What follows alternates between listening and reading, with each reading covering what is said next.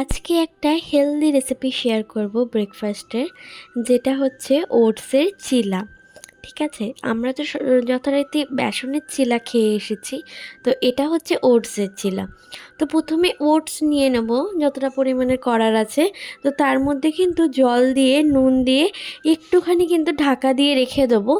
আর ততক্ষণে সবজিগুলো দেওয়ার আছে সেইগুলো এর মধ্যে দিয়ে দেবো।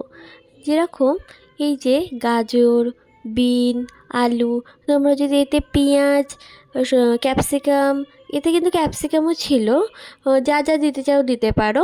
আর এখানে হচ্ছে কতগুলো লঙ্কা কুচি দিয়ে দিয়েছিল, আর এখানে 4টে ট্যাবলেট সুগার ফ্রি দিয়ে দিয়েছিল। এটা যেহেতু পুরোটাই একটা হেলদি রেসিপি, সামান্য পরিমাণে তেল দিয়ে কিন্তু এর মধ্যে গোটা জিরে ফোড়ন দিয়ে দিয়েছিল, তার মধ্যে দিয়ে দিয়েছিল শুকনো লঙ্কা, আর হচ্ছে কারি পাতাও ফোড়ন দিয়ে দিয়েছিল, যেটা এটা টেস্টটা অনেক বাড়িয়ে যায়।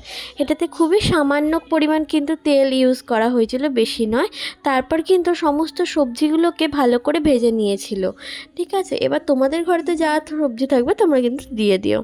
তারপর ওই ভেজে নেওয়া সবজিগুলোকে ওটসের মধ্যে দিয়ে ভালো করে কিন্তু মিক্স করে নিয়েছিল। তোমরা যদি এটাকে মিক্সিতে একবার পেস্ট করে নিতে চাও করে নিতে পারো, কিন্তু আমার মনে হয় না যে দরকার পড়বে বলে কোনো রকম।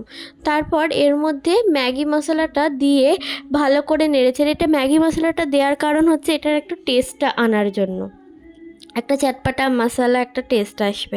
তারপর চাটুর মধ্যে তেল ব্রাশ করে দিয়ে সামান্য পরিমাণে এটাকে কিন্তু গোল শেপ বা তোমরা যেই শেপের দিতে চাও দিতে পারো। আমরা কিন্তু এরকম করেছি, তো করে উল্টে দিলেই এরকম দেখতে পাচ্ছ কীরকম লাল লাল সুন্দর হয়ে গেছে।